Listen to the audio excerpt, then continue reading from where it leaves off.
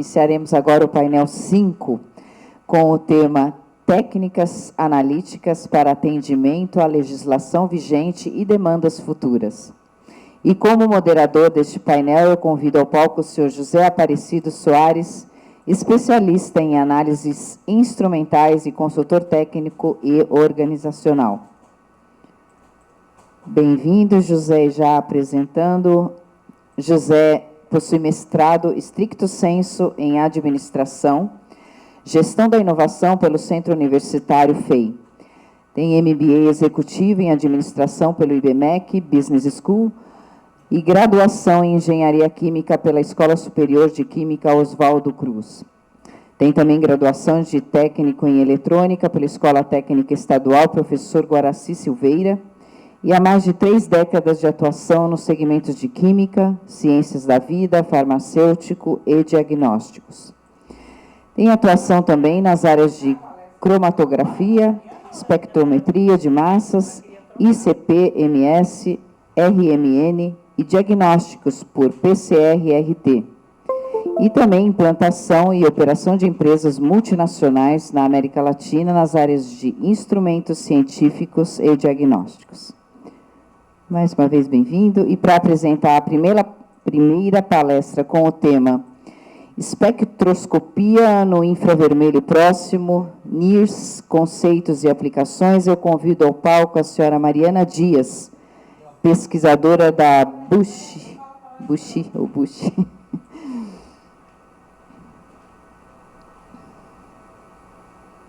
Bom, já apresentando, a Mariana é graduada em Química pela Universidade Federal de São Carlos, trabalhou durante 6 anos na Embrapa Pecuária Sudeste como estagiária e bolsista, onde desenvolveu experiência em análises bromatológicas e conheceu a tecnologia NIR.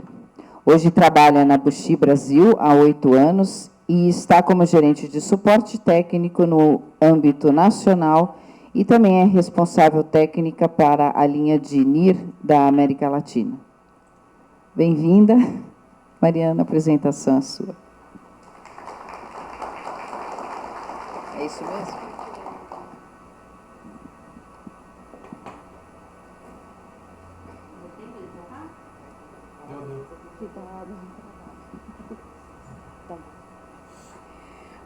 Bom, boa tarde para todo mundo. Logo a primeira palestra depois do almoço, né, que a gente está um pouquinho ainda um pouquinho de sono logo depois de comer. Mas antes até de começar a palestra, né, e falar um pouquinho sobre NIR, eu queria agradecer o convite da Remesp para participar hoje com vocês. Então, eu trouxe alguns conceitos de NIR, de calibração, de equipamento, o que a gente tem trabalhado também de novo em questão de tecnologia, mas também alguns passos que já devem ser bem conhecidos, mas que, na verdade, trazem bastante trabalho na hora de colocar um equipamento como esse em uso. Então, a primeira coisa que a gente se pergunta, né, quando fala sobre um equipamento de NIR, o que é NIR? O que é a tecnologia NIR? O que a gente vê quando a gente trabalha com um equipamento como esse? Então, NIR nada mais é que a sigla, em inglês, de Near Infrared. Acho que é atrás ou é na frente? Aqui. Não tem muito. Near Infrared, que vem de infravermelho próximo, que é uma parte do espectro eletromagnético, como a onda, micro-ondas, como a região do visível. E aqui a gente vai ter 2 informações básicas, o que a gente chama de informação qualitativa e o que a gente chama de informação quantitativa. A qualitativa, ela é uma informação importante, mas que hoje ainda fica um pouco no âmbito de pesquisa, desenvolvimento, onde a gente vai procurar, dentro de um conjunto de amostra, alguma informação que consiga identificar ela como parte de algum conjunto. Na indústria, quem usa muito a parte qualitativa é a farmacêutica, que vai fazer a identificação de matéria-prima para confirmar que aquela matéria-prima que está sendo recebida realmente é aquele produto ou tem algum tipo de contaminação. Na parte de alimentos, de rações, né, alimentos para animais, a gente usa muito a parte qualitativa, que é assim, o foco de 95% das aplicações hoje de equipamentos NIR. Que nada mais é que colocar a amostra no equipamento, fazer a medição daquela porção de amostra e ter uma resposta quantitativa de diferentes parâmetros. Eu estou com a mesma dificuldade aqui, que eu vi todo mundo de manhã. Não. Para onde? Ah. Aí, agora foi. Então, a gente tem diversos produtos hoje que já são medidos no equipamento. Parte de padaria, né, que a gente chama de massas, farinha de trigo, a parte de farinhas animais, então, que faz parte da parte de rações e alimentos animais, farinha de carne, farinha de vísceras, farinha de penas. A parte de farelo de soja, que eu acho que hoje é o mercado principal, aí, que ainda é o principal mercado que utiliza o equipamento. Mas outros mercados de alimento, como chocolate, como carnes, como laticínios também. Hoje, boa parte dos laticínios do Brasil já utilizam equipamentos NIR para fazer a medição. Então, é uma gama muito grande de produtos que se pode medir com o equipamento NIR, tanto de alimentos como com a parte de... Eu trouxe os dois aqui, né, que são segmentos muito parecidos até na questão de parâmetros de análise que a gente utiliza para fazer proteína, é basicamente a mesma metodologia. Então, de parâmetros, os principais seriam gordura, proteína e umidade, e que se mediu esses 3 parâmetros basicamente por muitos anos, e hoje a gente sabe que esse é realmente o básico do básico, né? O NIR é utilizado para outros tantos parâmetros, dependendo do produto que a gente faz a medição. Então, em usinas de cana-de-açúcar, hoje a gente utiliza para fazer análise de BRICS, de POL, de fibra, de álcool. Na parte de lácteos, a gente faz até alguns parâmetros que são um pouco mais físicos, como ponto de congelamento, parte de viscosidade, de densidade. Então, é uma gama muito grande de informação que a gente obtém. E, normalmente, quando me perguntam o que a gente pode medir no equipamento, eu falo, o que você quer medir? Qual que é o seu produto? Qual que é o seu parâmetro? Porque aí, a partir disso, é mais fácil a gente avaliar do que eu falar o que a gente mede, porque aí realmente é uma lista enorme do que a gente pode utilizar. Então, quais são os benefícios, né, básicos de utilizar um equipamento NIR? É ter resultados obtidos em segundos. Então, hoje, as tecnologias de equipamentos NIRs, a gente consegue medir em um equipamento de bancada, que a gente vai ver agora aqui, de laboratório, em 15 segundos, uma amostra. E obter todos aqueles parâmetros que a gente viu no slide anterior.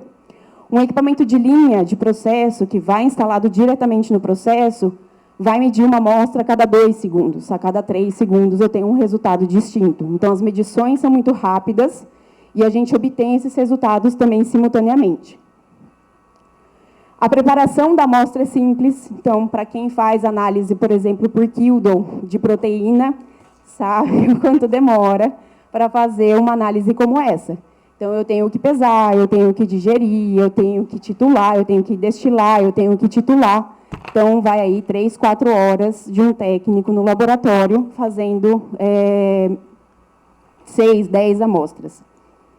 E aí, aqui, a gente não precisa, em alguns casos, nem moer, né? Moer ou não moer a amostra é um tópico também aí de discussão, que a gente não vai entrar tanto aqui. Mas, geralmente, é uma preparação simples de chegar, homogeneizar bem essa amostra e fazer a medição no equipamento. Sem uso de reagentes e sem resíduos químicos, então, a gente fala muito hoje de química verde, né, de N tópicos ambientais que a gente tem. E aqui, fazer a medição no equipamento, eu não preciso de preparação, eu não gero resíduo químico, a amostra está tal qual eu comecei a medição. E eu posso guardar essa amostra para fazer mais adiante. Outro tipo de ensaio. Vamos voltar aqui. Aí. Bom, já foi os dois. O controle real do processo. Então, se a gente for fazer uma análise, vou tomar a proteína aqui como exemplo de novo, que eu tenho um resultado a cada 4 horas, eu não estou fazendo o controle do processo. Eu estou, na verdade, vendo que já passou, né? Já foi produzido, já foi entregue, já foi para o silo, já foi para o armazém. E aqui com o NIR a gente consegue fazer uma medição em tempo real. Então, consegue dar uma resposta para o processo, para a indústria, muito mais rápido e consegue fazer essas correções realmente em tempo real dentro do processo. E é uma operação simples. Hoje, os equipamentos, né, no meu caso aqui, falando da Buxi, são equipamentos simples, são equipamentos bem robustos, então, qualquer pessoa que não tenha tanto conhecimento como nós aqui, de química, né, que são, às vezes, analistas de processo, que são operadores, conseguem manipular e conseguem medir amostras nesse tipo de equipamento. Então, por isso que ele é utilizado também muito perto de processo, onde as pessoas vão medir essas amostras sem um grande conhecimento de química, né, e de resultado. As etapas de controle que a gente pode utilizar dentro da indústria, elas vão desde a matéria-prima até o produto final. Então, a gente consegue otimizar etapas do processo de recebimento de matéria-prima. Hoje é muito utilizado, por exemplo, em fábricas de ração, que recebem farelo de soja, que recebem farinhas animais, e que analisam esse produto antes do recebimento para saber se isso está dentro de uma especificação ou não. Então, o recebimento de matéria-prima talvez seja um dos pontos de análise que tem um retorno muito mais rápido também para a pessoa, né, para a indústria e para o cliente que está utilizando esse tipo de equipamento. A gente consegue fazer com o NIR a segregação e a separação. Então, recebeu essa matéria-prima, pode enviar essa matéria-prima também para diferentes tipos de armazenamento, em que eu vou poder fabricar o meu produto lá adiante, sabendo quanto essa matéria-prima tem e ela já separada para cada tipo de produto que eu quero analisar.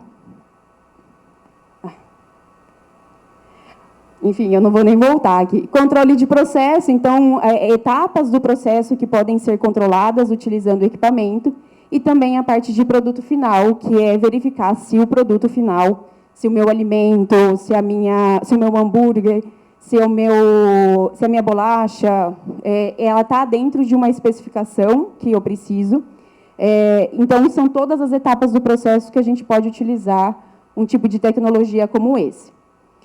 Existem dois tipos, como eu comentei lá no início, né? A gente trabalha com equipamentos que são de laboratório, que talvez são os mais conhecidos, mas também a gente trabalha com equipamentos de linha, que são equipamentos online. E qual que é a diferença entre esses dois tipos de tecnologia? É fazer a análise de diferentes produtos, quando a gente fala de um equipamento de laboratório, que é aquele que está ali com a telinha, por exemplo, eu consigo medir diferentes produtos em um mesmo equipamento. No equipamento de linha, eu vou ter ele instalado em um único ponto e eu vou fazer a medição em tempo real e 100% do produto que está passando ali na frente. Então, eu consigo controlar meu processo. Esses equipamentos de linha, né, que hoje são bem difundidos por conta da indústria 4.0, também eles fazem parte da indústria 4.0, porque são um dos sensores que são utilizados para fazer o monitoramento e enviar a informação, e que, com essa informação que o equipamento está gerando dentro do processo, eu consiga fazer uma automatização da minha indústria muito maior. Então, ele não é a indústria 4.0, mas ele faz parte da indústria 4.0 como um equipamento de medição. E esses resultados, em ambos os casos, eles já estão integrados hoje com diferentes softwares, tanto de processo, né, para automatização, quanto em laboratório também. Aqui tem um vídeo. Ele é um vídeo da Buxi, né, sobre o equipamento, mas eu trouxe ele para a gente ver exatamente a medição dos produtos e como é fácil medir qualquer tipo de alimento. Então, nesse vídeo, ele vai levar o equipamento para fazer uma análise, um tour, na verdade, pela Suíça, onde fica a Buxi, e ele vai medir diferentes produtos. Então, ele vai medir queijo, ele vai medir azeite, óleo, né, óleo de oliva, ele vai medir carne de pescado diretamente num barco. Então, levando o equipamento para fazer essas medições, colocar a amostra, aqui a gente pode lavar, né, o equipamento é bem robusto, mas a medição da amostra é colocando dentro de uma plaquinha colocando no equipamento e fazendo a medição e tendo resultado de proteína, de umidade, de fibra, de cinzas, quais os parâmetros que a gente quer dentro do equipamento. Aqui ele vai fazer análise de líquido, então ele vai fazer análise de azeite. A gente tem uma placa de Petri também, que é uma placa de vidro, uma tampa que a gente utiliza como acessório e vai fazer a medição diretamente no equipamento. Tá? E os equipamentos de processo, vou tirar o som do vídeo. Mas os equipamentos de processo, só para vocês terem uma ideia, são os equipamentos que ficam diretamente na linha, como esse, numa esteira de açúcar final, ou numa tubulação de óleo, por exemplo, e vão fazendo a análise junto com o processo e enviando essas informações lá para um PLC, né, que a gente chama, para fazer esse controle. Mas existe um tópico dentro de equipamentos NIR, né, que é um tópico sobre as calibrações. Porque eu falar que o equipamento faz proteína, umidade, fibra, cinzas, tudo junto em 15 segundos, parece até um milagre. Então, quando a gente fala de calibração, esse é um tema que é o pesadelo, normalmente, dos usuários de NIR. Porque é um tema, realmente, que precisa de várias etapas. Quando o equipamento chega num laboratório ou instalado no processo, ele não está pronto para ser usado. A gente já quer utilizar, já quer ver resultado, né? Já quer ter as informações, mas ele tem uma etapa de rotina, que inclui fazer resultados de referência das metodologias que a gente conhece, medir amostras no equipamento, criar um modelo de calibração, validar esse modelo de calibração e colocar esse equipamento na rotina. Então, são 5 passos ali, que parecem pouco, mas tem um trabalho por trás disso. Tá? E, normalmente, quando a gente fala em um equipamento como esse, a gente acha que vai colocar no laboratório toda a metodologia que a gente tem hoje conhecida para fazer análise de alimento vai ser eliminada. Né? Vou colocar todos os equipamentos lá para fora do laboratório e vou ficar só com o NIR. Na verdade, não. A gente precisa desses equipamentos para fazer a calibração do NIR. Então, o NIR é o que a gente chama de uma técnica secundária. A gente alimenta o equipamento. Eu falo que NIR é como uma criança, né? Um bebê. Ele nasceu, ele não sabe falar, ele não sabe andar, ele não sabe nada. Não é educado. E aí a gente vai educando ele ao passar do tempo. Só que como um bebê e um filho, que eu não tenho, mas eu vejo quem tem por aí, nunca se desgruda da mãe, né? Sempre precisa ali falar, olha, volta aqui, a gente precisa sempre estar educando. E o NIR é basicamente isso. A gente sempre precisa estar verificando, a gente sempre precisa estar calibrando, a gente sempre precisa estar ajustando. E como a gente faz isso? Utilizando metodologias de laboratório já conhecidas, utilizando uma análise Kilda para proteína, utilizando uma análise de estufa para umidade, de extrator de gordura para gordura, né, de produtos. Então, a gente nunca vai se distanciar. Eu falo que as duas tecnologias... Deixa eu ver se eu coloquei aqui. Acho que eu não coloquei. Eu sempre coloco um slide que elas são amigas. Então, elas são companheiras. A gente precisa de ambas, mas a gente vai ter algumas vantagens que a gente viu lá em utilizar um equipamento como esse. Então, a gente precisa das amostras, diferentes amostras, com diferentes concentrações desses parâmetros que eu quero determinar. Eu preciso medir essas amostras no NIR, e a gente vai obter um sinal analítico, que a gente chama de espectro. E aí, com essas duas informações, a gente vai construir o que a gente chama de calibração. Então, vocês perguntam, tem calibração de farelo de soja, proteína em farelo de soja? Tem, se a gente tiver um banco de dados como esse, se a gente tiver construído um banco de dados como esse. Tá? E aí, depois de fazer essas medições de amostras, o que a gente tem é criar os modelos de calibração, que também é uma tarefa árdua aí, de criação de modelo. Porque existem calibrações, existem softwares quimiométricos que são dedicados a fazer esses desenvolvimentos. Então, a Bushi, por exemplo, tem lá o software quimiométrico, que tem diferentes gráficos, diferentes ferramentas. E aí a gente precisa de um pessoal treinado. Eu falo que quando a gente dá um treinamento de quimiometria, né, para usar um software como esse, são 3 dias de treinamento, só para isso. né? Só para a gente entender como mexer, como trabalhar. Mas hoje existe algumas possibilidades. Então, existem algumas ferramentas que a gente tem, que é o que a gente chama de autocalibração. Então, algumas ferramentas em que vocês coletam os dados, colocam as informações lá dentro do equipamento e o próprio equipamento faz as calibrações automatizadas. E aí, lá no final, elas já vão estar construídas, prontas para a próxima etapa, porque ainda não está pronto. Eu estou gerando resultado agora, coletei as amostras, gerei as calibrações, estou gerando resultados, mas eu ainda preciso da etapa de validação. E aí, o que é validação? É o que vocês já estão acostumados, quem trabalha em laboratório, né, indústria. É fazer a validação de uma metodologia. Então, valido essa metodologia. Como que eu valido? Comparo com a minha metodologia de laboratório. Então, vou fazer proteína em leite. Qual que é a minha metodologia de laboratório? Então, ela está próxima, ela está distante, ela está estatisticamente dentro do que é aceitável? Isso é a validação do método. E aí, quando a gente valida esse método, é que a gente chega no último passo, que é o uso na rotina. Aí o equipamento está pronto. Então, aí o equipamento está pronto para ser usado naquele produto, naqueles parâmetros que foi calibrado. Então, tem todos esses passinhos até chegar.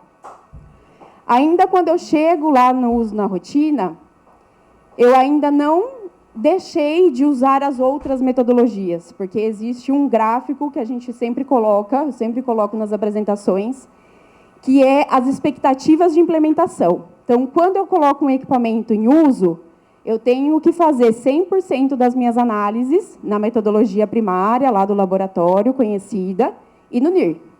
Quando eu valido, eu estou fazendo uma parte das amostras no laboratório e todas no NIR. Com o passar do tempo, né, de uso nessa rotina, o NIR vai fazer 100% das amostras que eu tiver no laboratório. Mas a minha metodologia primária ainda vai fazer uma porcentagem, mesmo que pequena, que é esses quadradinhos azuis ali, menorzinhos, né, de 4, 5, 6 e 7, como se fossem os meses. Então, essas amostras é que eu vou utilizar para calibrar o equipamento e revalidar o equipamento e recalibrar o equipamento quando for necessário. Por isso que eu falo que ele é como uma criança, a gente sempre precisa estar ali verificando e ajustando ele para que ele funcione bem e que possa ser aplicado em todas aquelas aplicações que a gente falou lá no começo. Tá? Bom, e aí eu queria só também mostrar para vocês, né, só puxando um pouquinho a sardinha, falar um pouquinho da Buxi, que é uma empresa suíça que está aqui no Brasil hoje. A gente fica em Valinhos, não tão longe aqui de São Paulo, então queria convidar vocês também para conhecerem o escritório, o site, ver os equipamentos que a gente tem e conhecer também os equipamentos NIR que a Buxi trabalha, tanto de laboratório quanto de processo, e que tem uma tecnologia bem avançada nessa questão de ferramentas e de robustez dos equipamentos também. Tá bom? Obrigada, gente. E agora eu convido ao palco para a segunda apresentação deste painel 5 com o tema Técnicas de espectrometria de massas para análise de resíduos e contaminantes em alimentos, o senhor Luiz Roberto Pimentel Trevisan, diretor técnico do Laboratório AgroSafety. Bem-vindo, Luiz. Apresentando, Luiz é graduado em Engenharia Agronômica pela ESALQ da USP em 1990 a 1996. Tem mestrado, doutorado e pós-doutorado em entomologia pela ESALQ da USP, em 1997 a 2003. E, durante esse período, se dedicou a pesquisas de resíduos de pesticidas em matrizes ambientais e alimentares. Auxiliou o Laboratório de Pesticidas da ESALQ da USP, e trabalhou na implementação do reconhecimento da conformidade aos princípios da BPB, da acreditação, segundo os requisitos da norma ABNT-NBR ISO 17025, e no credenciamento na rede de laboratórios do MAPA. Ele possui 32 anos de experiência em pesticidas, sendo 26 anos com análise de resíduos. E é sócio fundador do Laboratório AgroSafety de Monitoramento Agrícola, desde 2006. E atualmente é diretor técnico do Laboratório AgroSafety. Bem-vindo, Luiz. Boa apresentação.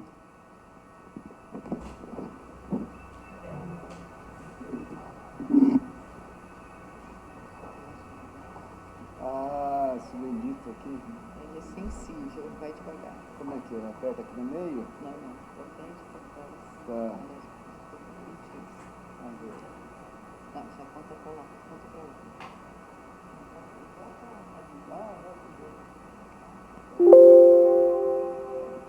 Vamos ver se eu vou apanhar dele, né? Oi. Boa tarde. Tudo bem com vocês? Depois do almoço é complicado, né? Mas vamos tentar manter a turma acordada. Agradeço o convite para participar aqui, o Celso, o Aparecido, obrigado. É um prazer estar aqui com vocês. Bom, então a gente vai falar um pouco aqui sobre contaminantes e espectrometria de massas, né? Vamos começar.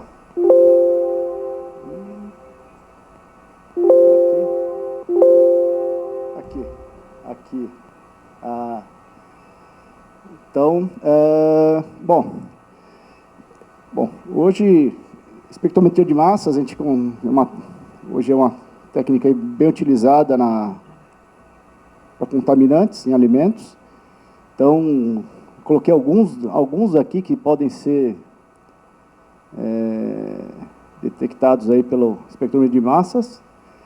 E como não vai ter tempo de falar de todo mundo, eu vou focar nos pesticidas, tá? Que realmente desses daí, de certa forma, é o que sempre está na moda, os relatórios que são gerados todo ano sempre causam aí espanto para a turma, então a gente vai focar a apresentação neles, tá bom?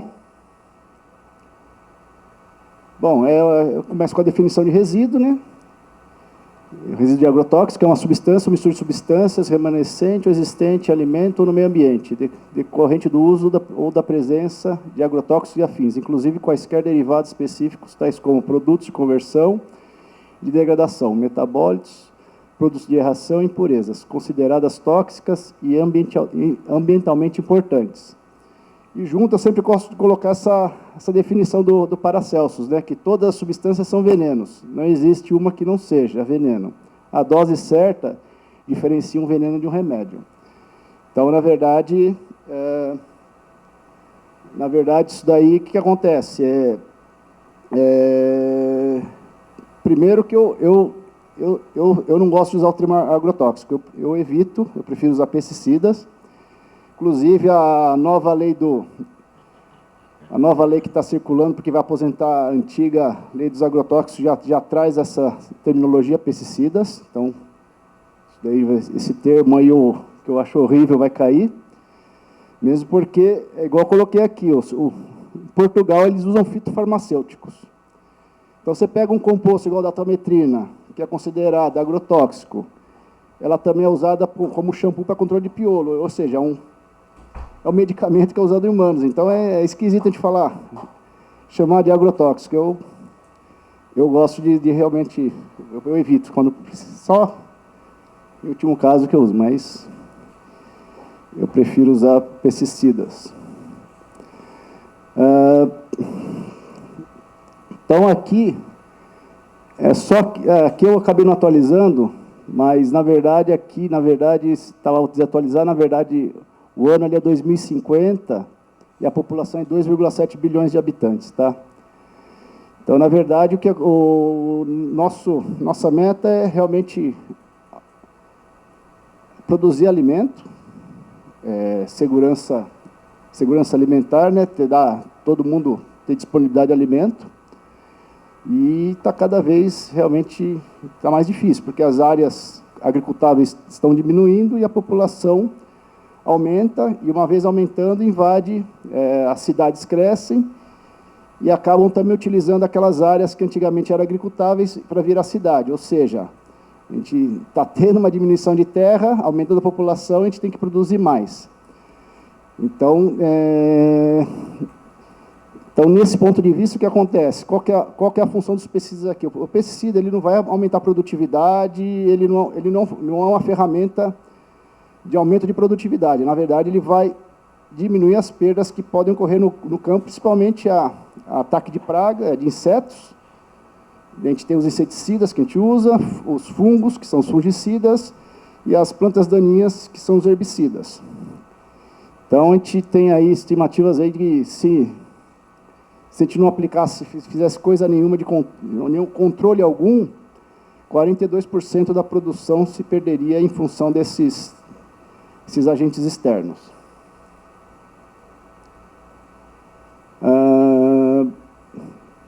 E, na verdade, também eu sempre uso esse exemplo da grande fome na Irlanda, que foi de 1845 e 1849.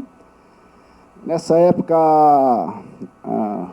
grande parte da população tinha batata como principal alimento, eles dependiam extremamente da batata, e teve uma infestação de um fungo que causa requeima. Então, acabou destruindo totalmente as plantações de batata da Irlanda, e mais de 1 milhão de pessoas morreram de fome lá. Então, realmente foi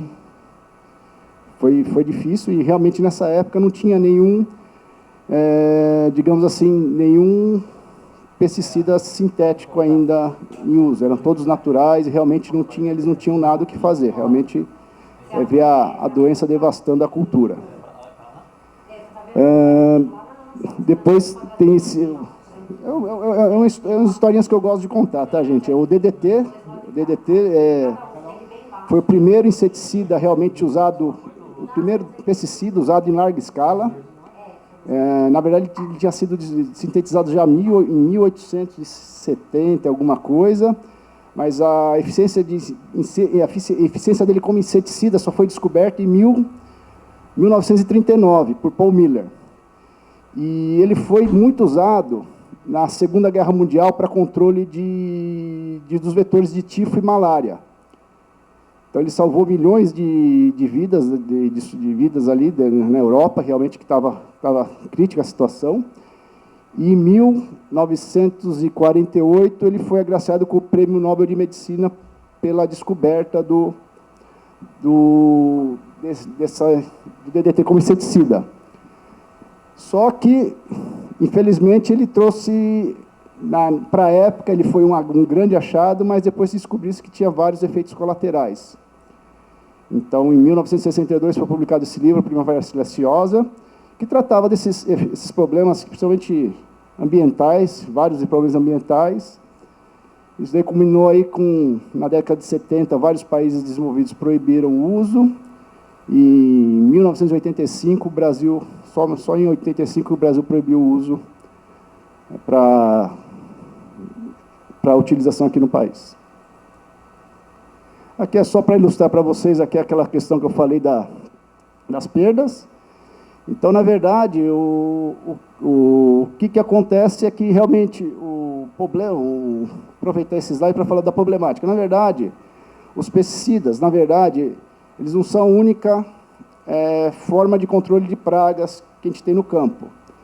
Na verdade, a gente tem um conjunto de medidas que são adotadas, e, na verdade, os pesticidas deveriam ser sempre a última a ser utilizada. Então, você tem vários outros controles que você tem que adotar, tem várias táticas de controle, e, na verdade, os pesticidas, uma delas é uma das mais importantes, mas, na verdade, acaba sendo ao contrário. Por comodidade, o pessoal acaba preferindo, é muito mais fácil você pegar, encher o pulverizador e pulverizar, do que ficar fazendo os monitoramentos que tem que ser feitos, os outros controles. É igual a gente, está lá com o colesterol alto, com triglicérides alto, o que é mais fácil? É mais fácil tomar o remédio do que fazer exercício, caminhar, mesma coisa aqui. O pessoal soca lá, soca no tanque e vai pulverizando, que realmente não deveria, não é a forma correta de uso. A forma correta deveria ser um manejo integrado.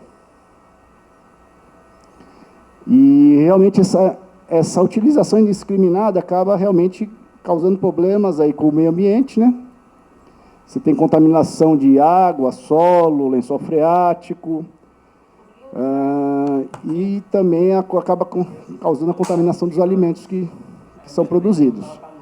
Então, sempre o uso indiscriminado, a gente tem realmente vários efeitos aí. Se a gente segue as boas práticas agrícolas, com certeza esses problemas são todos minimizados, mas muitas vezes o pessoal realmente não segue a risca. Então, o pessoal critica muito, sempre você fala, Brasil é maior consumidor, mas é maior consumidor porque realmente, de pesticidas, por quê?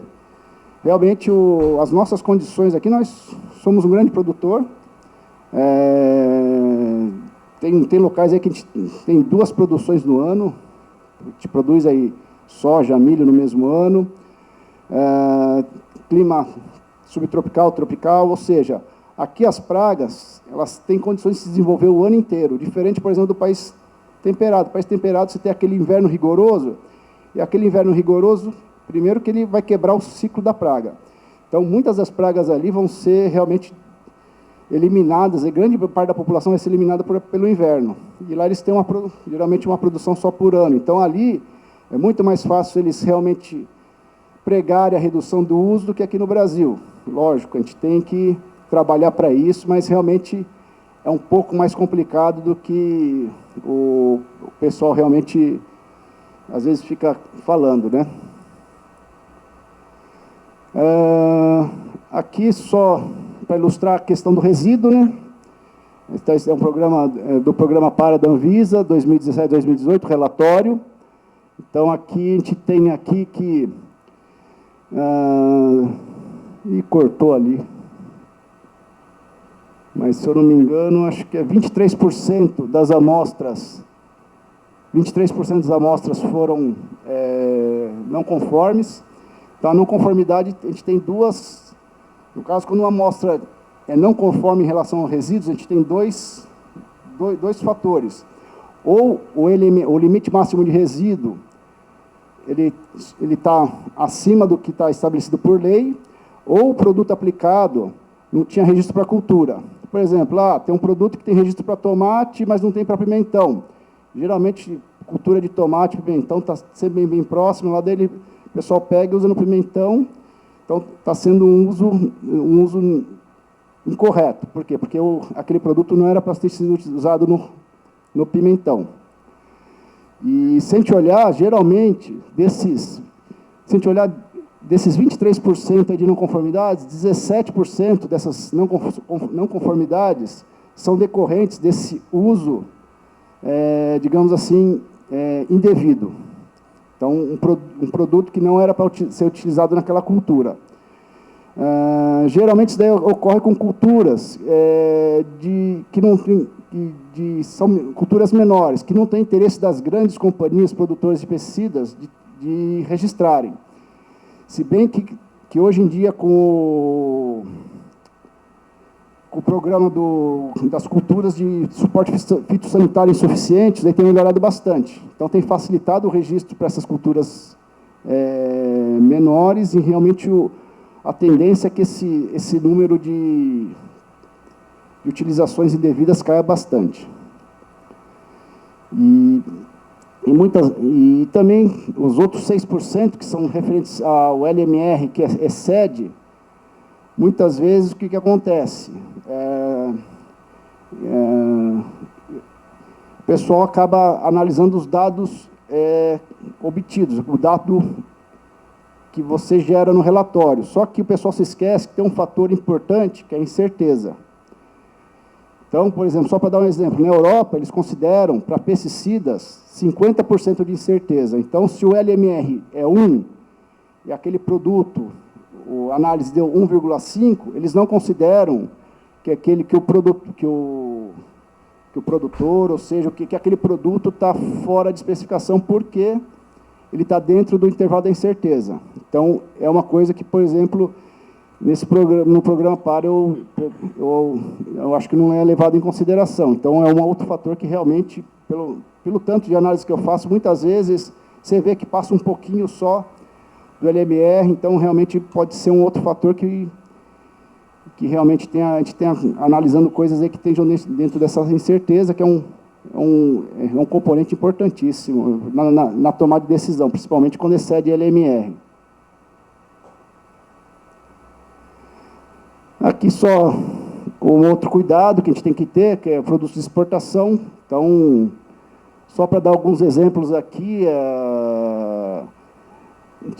teve aquele caso da exportação de soja para a China, que foi detectado captan e carboxina, que o pessoal estava colocando semente tratada de soja junto com os grãos para exportação, deu uma dor de cabeça danada. Aquele problema do carbendazim, suco de laranja também nos Estados Unidos, que o nosso LMR era 1, nos Estados Unidos o limite máximo de resíduos era menor, então a nossa boa prática agrícola aqui estava legal, estava tudo certinho, mas chegava lá, o limite deles era menor, então acabavam barrando o suco também. E outro caso que tem sido um problema é a questão do glifosato em café. O glifosato em café, o nosso limite aqui é 1 miligrama por quilograma, e na Europa é 0,1. Então, alguns produtores de café acabam tendo problema, principalmente o pessoal que produz café com nilon ali tem tido algum problema de exportação, pelo fato de realmente nosso LMR está ok aqui para o mercado interno, mas para exportação já não atende. Bom, como é que a gente faz para monitorar tudo isso? Então, a gente usa, para pesticidas, a gente usa as técnicas de cromatografia. A gente usa tanto a cromatografia em fase gasosa, quanto a cromatografia em fase líquida. Então, antigamente, como é que era feito? Antes da espectrometria de massas. Então, a gente tinha um cromatógrafo com 2 detectores NPD e 2 colunas, e um outro cromatógrafo com 2 detectores ECD e 2 colunas. Então, o ECD a gente fazia os piretróides e clorados, e o NPD fazia os organonitrogenados e fosforados. Então, a gente tinha que trabalhar com isso e rodar. Então, a gente tinha ali que 4 resultados para a gente ficar tratando. Porque a gente tinha que ter 2 colunas diferentes para ter um mínimo ali de confirmação dos resultados, né? Para evitar diminuir o falso positivo. E também a gente tinha os detectores para cromatografia em fase líquida, que eram UV ou fluorescência. Então, na verdade, essas técnicas, qual que é o problema disso? O cleanup, o método de extração em cleanup eram extensivos e morosos. A gente usava muita vidraria, bem trabalhoso. O rendimento no laboratório é bem baixo. Esses detectores também, eles não conseguiam, primeiro, não são técnicas confirmatórias. Então, a probabilidade de falso positivo aqui era grande. E a gente não conseguia cobrir, por exemplo, toda a gama que a gente tem que cobrir. Então, a gente não tinha análise de todos os pesticidas que tinham que ser analisados. Então, alguns deles ficavam até fora do monitoramento. Fala com o Alexandre, acho que ele vai estar aqui, né? Para ele guardar lá atrás, que eu vou pedir para o Gerson vir buscar semana que vem. Tá. Eu não tenho problema, vou levar Bom, para casa e me daí a gente começa a já entrar no massas. Então, a espectrometria de massas. Então, ela começou lá atrás, mas o que acontece? Os primeiros espectrômetros de massa não eram adequados para fazer essas análises de multirresíduos. Eram mais usados para pesquisa, eles não conseguiam analisar muitos compostos, primeiro que usava coluna empacotada, não tinha toda a eletrônica que a gente tem hoje em dia. Então, com a evolução da cromatografia e também da eletrônica, da informática, a gente conseguiu melhorar bastante essa técnica, e hoje, na verdade, é a técnica aí que realmente é a mais adequada para a gente fazer um monitoramento de resíduos. Aqui é só mostrando para vocês com o esqueminha do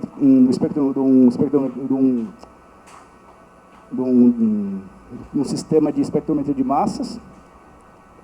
Então, na verdade, tanto para o GC quanto o LC, esse esqueminha que a gente segue, apesar das especificidades de cada um, mas esse esquema.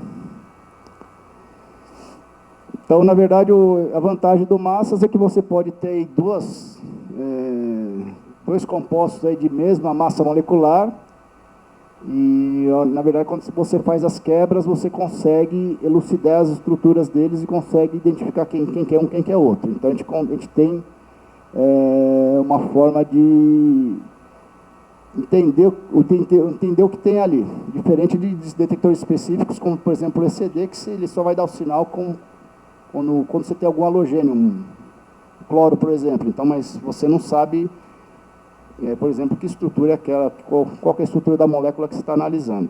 Com massa a gente já consegue ter uma ideia melhor. Bom, então, o que a gente tem hoje de massa? A gente tem, por exemplo, no GC, a gente tem duas técnicas para ionização, que a mais comum que a gente usa é impacto de elétrons. Então, a molécula ela sofre um impacto e é quebrada, então a gente tem os fragmentos, e é com aqueles fragmentos da quebra que a gente faz a identificação do composto. E tem a ionização química, que a gente acaba preservando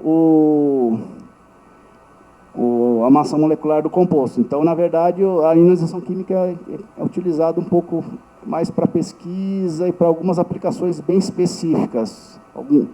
Se tiver algum grupo que você precisa de uma sensibilidade menor, ele é adequado, mas o da rotina realmente é o impacto de elétrons.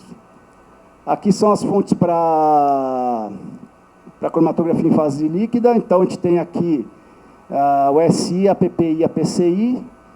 Então, cada uma tem as suas características. Então, a mais usada é a ESI, que a gente usa geralmente nas rotinas.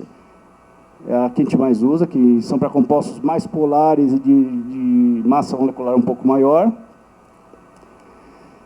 E aqui é o que a gente tem que ter no laboratório. Então, geralmente um LC-MS-MS com fonte ESI e um GC-MS. Então, a gente consegue cobrir aí toda a gama de pesquisas que a gente precisa analisar. Aqui é um esqueminha de um quadrupolo, mostrando como é que o íon caminha dentro dele. Aqui é o Ion Trap. O Ion Trap foi muito utilizado no começo.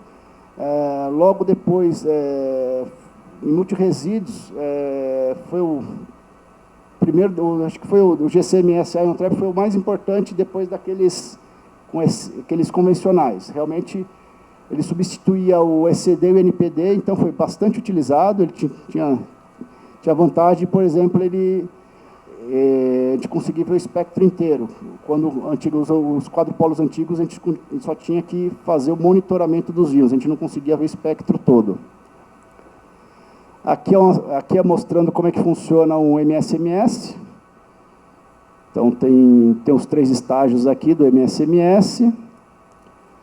Aqui mostrando as diferenças do full scan, quando você faz uma varredura. Quando você faz o monitoramento de íons, é o cromatograma do meio. E o terceiro cromatograma é o triplo quadrupolo. Então, com o triplo quadrupolo, a gente consegue uma seletividade bem grande em relação às outras técnicas. Daí agora a gente está entrando em alta resolução. Então, alta resolução, a gente tem os espectrômetros de massa de baixa resolução, que é o single quadrupolo e a Ion Trap.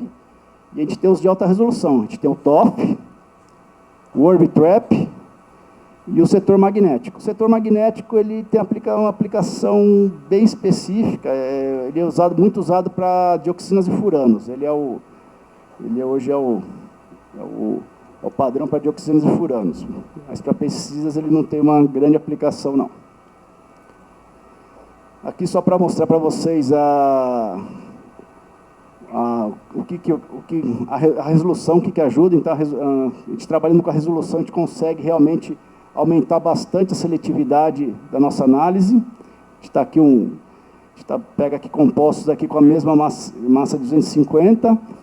Então, se a gente trabalha com a resolução de 1, a gente tem quase 77 mil compostos, e quando a gente baixa para 002, somente 433 compostos. Então, a gente consegue ter uma seletividade legal aí trabalhando com a resolução. Aqui é um exemplo aqui. A gente tem 2 pesticidas, tiametoxan e paration, tem a mesma massa molecular 292, só muda ali depois da vírgula. Então, se a gente trabalha com resolução de 15.000, a gente não consegue separar eles, mas com a resolução de 50.000, a gente consegue fazer a separação das duas massas. Aqui é a mesma coisa para o dicarburo sulfona, aqui é um extrato de dicarburo sulfona em extrato de espinafre. Então, se a gente trabalha com uma resolução menor lá em cima, acho que é 10.000, a gente não consegue separar dos coextrativos. E se a gente aumenta aqui, acho que é para 100.000 aqui embaixo, a gente consegue separar a molécula-alvo dos coextrativos. Aqui são as diretivas, no laboratório a gente trabalha com as diretivas europeias, a SANT, para análise de resíduos de pesticidas e micotoxinas. Então, aqui ele dá todas as orientações para você fazer a confirmação. Então, essa parte da confirmação é importantíssima. Então, a gente tem que trabalhar bem com essa confirmação realmente para não emitir os falsos positivos. Então, aqui tem essa tabelinha. Dependendo da técnica de espectrometria de massas que você usa, você tem os parâmetros para seguir para você confirmar se realmente aquele composto ou não. Então, essa daqui é para pesticidas e essa daqui é para micotoxinas. Mas, na verdade, as tabelas são praticamente, tanto para pesticidas quanto para micotoxinas, os parâmetros são muito parecidos. Bom, aqui é um exemplo do que a gente tem dos cromatogramas. Então, aqui, por exemplo, aqui o que a gente faz no laboratório, também uma confirmação adicional que a gente faz no laboratório. A gente corre por LCMS, a gente tem o LCMS-MS e o GCMS-MS. Então, o que acontece? Tem ali, aquela figura que vocês viram das várias fontes, tem uma faixa ali de vários compostos que podem ser analisados tanto por GC quanto por LC. Então, o que a gente faz? A gente também, além de usar aquela tabela de confirmação da SANT, a gente faz o cruzamento entre as duas técnicas. Então, tudo que sai no GC e sai por LC, além de fazer aquela confirmação, a gente faz essa adicional. Então, para a gente liberar um resultado, tem que sair, se o composto sai no GC-LC, ele tem que sair dos dois. Se sair um e não sair no outro, a gente faz uma análise, vê se vai ter que reanalisar ou realmente é um falso positivo. Então, é um ponto a mais de confirmação para a garantia do resultado. Então, aqui está praticamente a mesma coisa. E, na verdade, o que a gente vê? Realmente, a tendência realmente é a gente partir agora, acho que o próximo estágio da espectrometria de massas realmente é essa questão dos espectrômetros de alta resolução.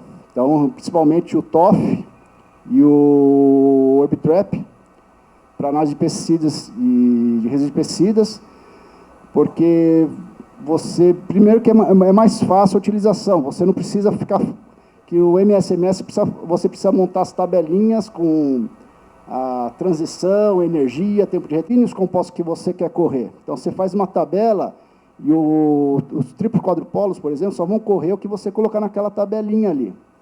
Já o alta resolução, não. Você pode fazer uma varredura e ali, se daqui a um ano, por exemplo, questionar, tinha tal composto naquela amostra, você consegue reprocessar os dados e consegue checar se o composto tinha, porque, na verdade, a gente não fica amarrado numa lista. A gente pode analisar, a gente faz uma varredura de uma faixa de massa e ali depois você pode realmente checar se tinha alguma coisa que na época que você fez a análise não foi solicitada.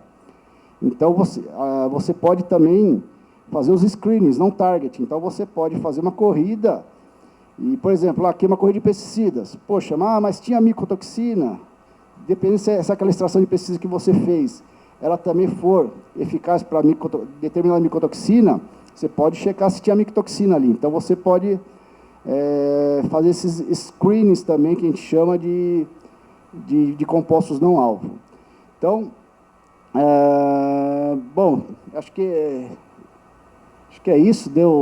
Tentei passar para vocês o que a gente faz. Realmente é uma área tem bastante coisa para ser dita, mas acho que Pelo menos deu para dar uma pequena introdução. Eu espero que eu tenha contribuído com alguma coisa e obrigado a todos pela atenção.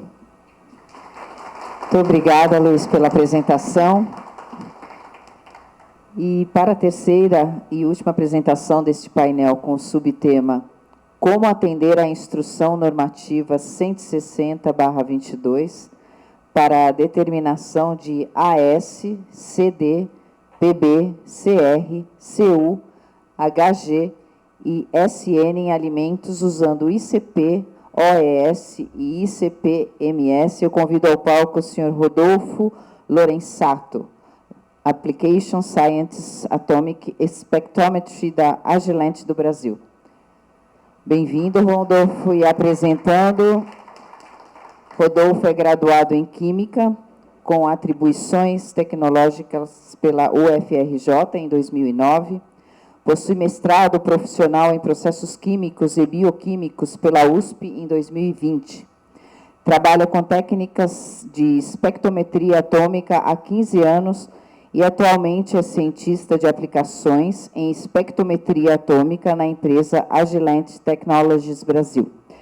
Bem-vindo, Rodolfo. Boa apresentação.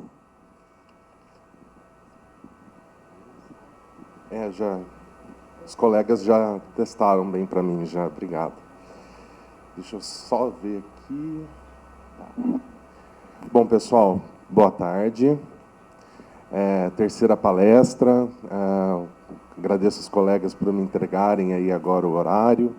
Agradeço a Remesp pelo convite de estar aqui com vocês para falar um pouquinho sobre as técnicas analíticas que nós utilizamos em espectrometria atômica para a determinação de alguns elementos especiais, né? A gente tem inúmeras possibilidades de determinações elementares, mas para a gente trazer um pouco de foco para a apresentação e dentro do contexto da importância dessa determinação, eu resolvi trazer sobre a Instrução Normativa 160 de 2022. Tá, pessoal? Então, o que ela fala, basicamente? Ela define valores máximos permitidos para alguns elementos que são um pouco, né, assustadores quando a gente olha para eles, né? Principalmente esses caras aqui, o arsênio, cádmio, chumbo, cromo, cobre, mercúrio e estanho. Eu quero mostrar para vocês, eu quero dar essa ideia de que existem diferentes possibilidades para a gente determinar esses elementos em alimentos. O que eu vou mostrar para vocês são a via comum, é o que se segue hoje em dia para se determinar estes e outros elementos em amostras de alimentos e derivados. Esse daqui é um recorte da instrução normativa, tá? Ela foi atualizada, então, em relação à RDC 42, que estabelecia alguns limites máximos permitidos, e agora nós temos outros elementos, né? Ela é recente, de 1º de julho de 2022, e traz esses limites máximos tolerados de contaminantes em elementos.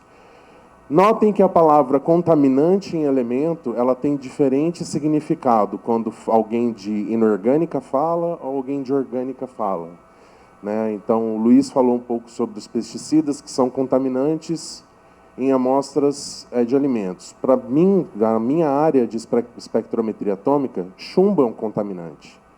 E aí a gente precisa partir para técnicas de espectrometria atômica para se determinarem esses elementos. Então, também não se preocupem em ver, tá, o que é cada coisa, só para vocês terem uma dimensão do que está nessa instrução normativa. A gente tem desde gelos comestíveis, então, uma amostra inocente, né? Uma amostra de gelo, uma amostra simples, mas ela é considerada um alimento. Até, deixa eu ler aqui para vocês, rins de bovinos, ovinos, suínos e caprinos, os limites máximos toleráveis de arsênio. Notem que a gente vai de 0,01 até 1 miligrama por quilograma de presença destes elementos nessas amostras. Então, a gente tem um range grande aqui de diferentes composições de amostras onde eu preciso determinar arsênio, não só arsênio, mas também cádmio. Cádmio é um elemento bem complicado e potencialmente tóxico, né?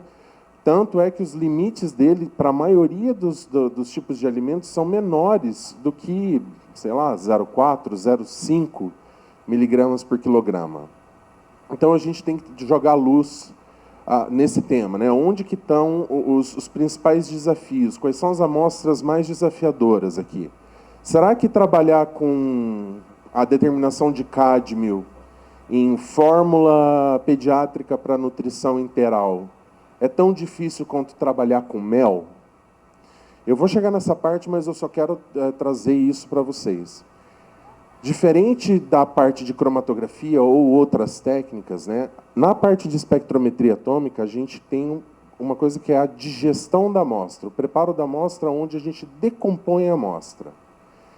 Nós usamos ácidos concentrados, ácidos oxidantes ou reagentes oxidantes para decompor e destruir completamente a matriz da amostra. Eu quero que o meu elemento esteja ali disponível na forma inorgânica, em uma solução aquosa no final. A maioria das aplicações são assim. Mel é uma estrutura complexa, de difícil digestão. É bem mais fácil digerir uma fórmula pediátrica. Não tem tanto desafio assim. Ele não polimeriza, ele não dá reações secundárias ali que causam problemas analíticos. Mesma coisa pode ser dito para o chumbo, pessoal. A gente tem a maioria dos tipos de alimento, os valores máximos permitidos são menores que 1 miligrama por quilograma. E aí eu estou falando de miligrama por quilograma de amostra, eu não estou falando na leitura do instrumento. De novo, a comparação com cromatografia é inevitável, né?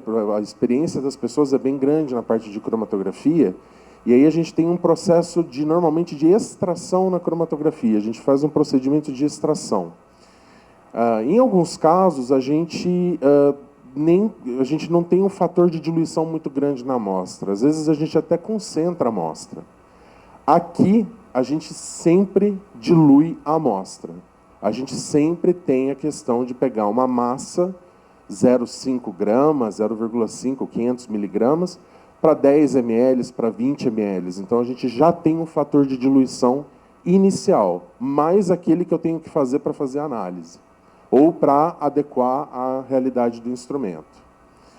Para cobre, nós temos menos tipos de alimentos onde é monitorado esse elemento, né?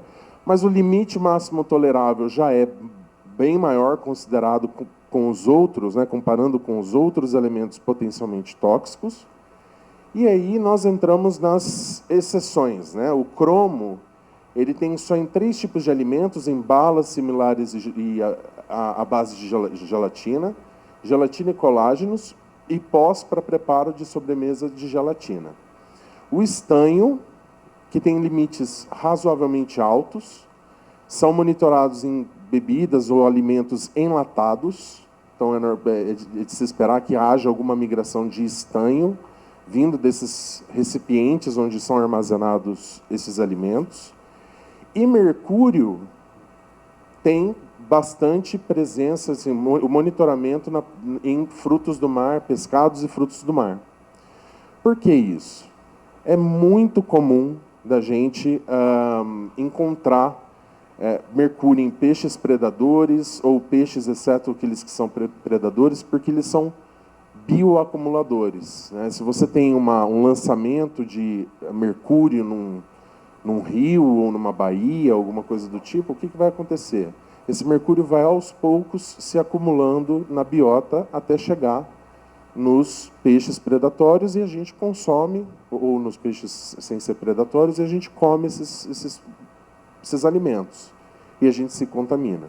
Então, tem que tomar muito cuidado e tem que ser monitorado isso com bastante rigor. Tá?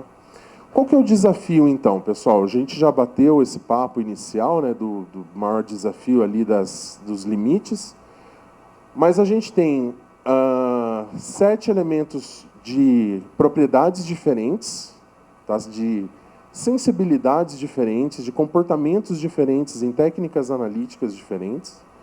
e temos um range grande para ser atendido, desde, por exemplo, 0,01 miligrama por quilo até 1 miligrama por quilo, no caso do arsênio. No caso do estanho, de 150 a 250. Né? Então, a gente tem nessas matrizes alimentos fibrosos e gordurosos, gorduras, fibras, proteínas. Tudo isso faz o quê? Que fique difícil de fazer o preparo da amostra. A gente não chega com a amostra direto no instrumento, a gente precisa preparar ele através da digestão da amostra. O que é usado hoje, majoritariamente, para fazer esse preparo de amostras de alimentos? Digestão assistida com micro-ondas. Então, para quem conhece, é um equipamento onde a gente pesa uma determinada massa de amostra, adiciona os ácidos, fecha, coloca isso numa programação de alta pressão e temperatura, e aí ele faz a digestão sem você perder elementos potencialmente voláteis ou contaminar esses frascos. Dá para fazer por chapa? Dá para fazer por chapa, dá para fazer pela abertura convencional. Mas hoje em dia já está mais suscetível, né, a gente ter contaminação nesse procedimento, então hoje em dia já é mais frequente o uso de sistemas assistidos com micro-ondas. Então, como que a gente pode determinar esses elementos? A gente tem que fazer algumas perguntas antes da gente seguir. Qual que é a matriz de trabalho? Como eu falei, o gelo é diferente do mel, que é diferente do peixe. Essas matrizes vão exigir preparos de amostras diferentes. Qual que é o valor máximo a ser atendido? Então, a gente viu que aqueles gráficos que eu mostrei para vocês, a gente viu ali que a gente tem um range variado de concentrações. Será que o meu instrumento atende à amostra que eu estou querendo analisar, aqueles elementos que estão ali presentes? Se eu tiver uma absorção atômica bem velhinho, que já está ali capengando, né, com a lâmpada com o ganho super alto, será que ele vai dar conta de uma determinação de chumbo ou eu tenho que partir para uma outra técnica mais sensível? Né? Então, esse é um ponto importante. E aí a gente vai para qual instrumento vai ser usado para essas determinações. O que eu vou mostrar para vocês aqui são 5 equipamentos diferentes. Tá? São 5 técnicas de espectrometria atômica diferentes. Cada uma com a sua sensibilidade característica específica. Tá? Então, não é agora que vai dar para explicar para vocês quais são as características de cada uma delas. Mas a principal é que, com ICP-OES e ICP-MS, que são 2 técnicas de plasma, uma com emissão atômica e a outra com espectrometria de massas, a gente consegue determinar estes elementos, sim. Né?